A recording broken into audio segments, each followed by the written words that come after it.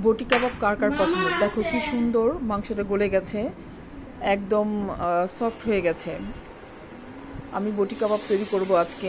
চলো তাহলে শুরু করা যাক। আমি হাড় ছাড়া গরুর মাংস নিয়েছি 1 কেজির উপরে। তেল, চর্বি বা রগ কোনো কিছুই থাকবে না, একদম ফ্রেশ মাংস। দিয়ে দিলাম 1 চামচ আদা বাটা, 1 চামচ রসুন বাটা, দিয়ে দিব লবণ পরিমাণ মতো, দিয়ে দিলাম টক দই। টক দইটা আমি একটু ব্লেন্ড করে নিয়েছি। দিয়ে দিলাম সয়া সস, মরিচের গুঁড়া স্বাদ মতো, জিরা গুঁড়া, ধনিয়া গুঁড়া আর কাবাবের মশলা। দিয়ে দিলাম চিলি সস, দিয়ে দিলাম গরম মশলার গুঁড়া, দিয়ে দিলাম তেল। এখন এগুলোকে ভালো করে আমি একটু মেখে নিব। সব কিছুকে এখন ভালো করে মেখে আমি রেস্টে রেখে দিব প্রায় 8 ঘন্টা। 8 ঘন্টা রেস্টে রাখার পর যেটা হলো, অনেক সফট হবে মাংসটা আর কি। এখন একটা গ্রিল প্যান বসিয়ে নিলাম, এখন তেল ব্রাশ করে নিচ্ছি। তেল ব্রাশ করা হয়ে গেলে আমি একটা একটা করে বটি কাবাবগুলোকে দিয়ে দিব। মাংসগুলো কিন্তু আমি বটি বটি করে কেটে নিয়েছি, ছোটো ছোটো করে কেটে নিয়েছি। আমি একটা একটা করে সুন্দর করে প্যানের মধ্যে ছড়িয়ে দিব মাংসগুলোকে।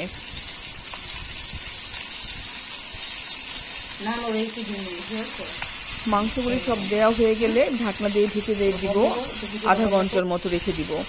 আর এই সময় আমার চুলার জালটা থাকবে একদম মানে লো হিটে। আমি এখন ঢেকে দিলাম। আধা ঘন্টা পর আমি এসে ঢাকনাটা খুলে দেখব কী অবস্থা। আধা ঘন্টা পরে এসে দেখলাম আমার মাংসটা হয়ে গেছে। উপরে আমি তেল ব্রাশ করে দিচ্ছি, তাহলে একটু জুসি জুসি ভাব আসবে, বটি কাবাবের মধ্যে ড্রাই হয়ে যাবে না। তেল ব্রাশ করে দিয়ে আমি মাংসগুলোকে উল্টিয়ে দিব। একটা পিঠ দেখো কত সুন্দর আমার হয়ে গেছে, অসম্ভব সুন্দর সিদ্ধ হয়ে গেছে, পোড়া পোড়া হয়ে গেছে। আমি সবগুলো মাংসকে উল্টিয়ে দিলাম। এখন আবার ঢেকে 20 মিনিটের জন্য রেখে দিয়েছিলাম। এখন ঢাকনা তুলে দেখলাম আমার কাবাবগুলো রেডি হয়ে গেছে। আমি একটু নেড়ে চেড়ে দিব। নেড়ে চেড়ে দিয়ে আমি 3-4টা পেঁয়াজ গোল করে কেটে নিয়েছি, একটু মোটা মোটা করে। কাঁচা পেঁয়াজের গন্ধটা ভালো লাগে না, তাই একটু পেঁয়াজটাকে আমি এই প্যানের মধ্যে দিয়ে একটু হালকা ভেজে নিব। পুরোপুরি ভাজা না, জাস্ট কাঁচা ভাবটা দূর করার জন্য একটু ভেজে নিব, তারপর এটাকে সার্ভ করবো আর কি। এখন আমি হালকা ভেজে নিব। 3-4টা কাঁচামরিচও দিয়ে নিয়েছি, যদি যে ঝাল পছন্দ করে, যদি কারো ঝাল লাগে যেন কাঁচামরিচ খেতে পারে। আমার বটি কাবাবগুলো হয়ে গেছে, অনেক জুসি হয়েছে, খেতে অনেক টেস্ট হয়েছে, অনেক সফট হয়েছে। আমি প্রথমেই ভেঙে দেখিয়েছি, খুব সফট হয়েছে। কাবাবগুলো হয়ে গেছে, আমি এখন প্যান থেকে একটা ডিশে নামিয়ে নিচ্ছি।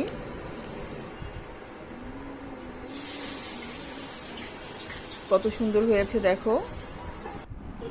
আমার কাছে কয়লা ছিল না, কয়লা দিয়ে ধোয়া দিয়ে দিলে একটা মানে সুন্দর একটা স্মেল আসতো, প্রপার একটা স্মেল আসতো। আমি পরোটা দিয়ে সার্ভ করেছি। Thank you for watching. আল্লাহ হাফিজ।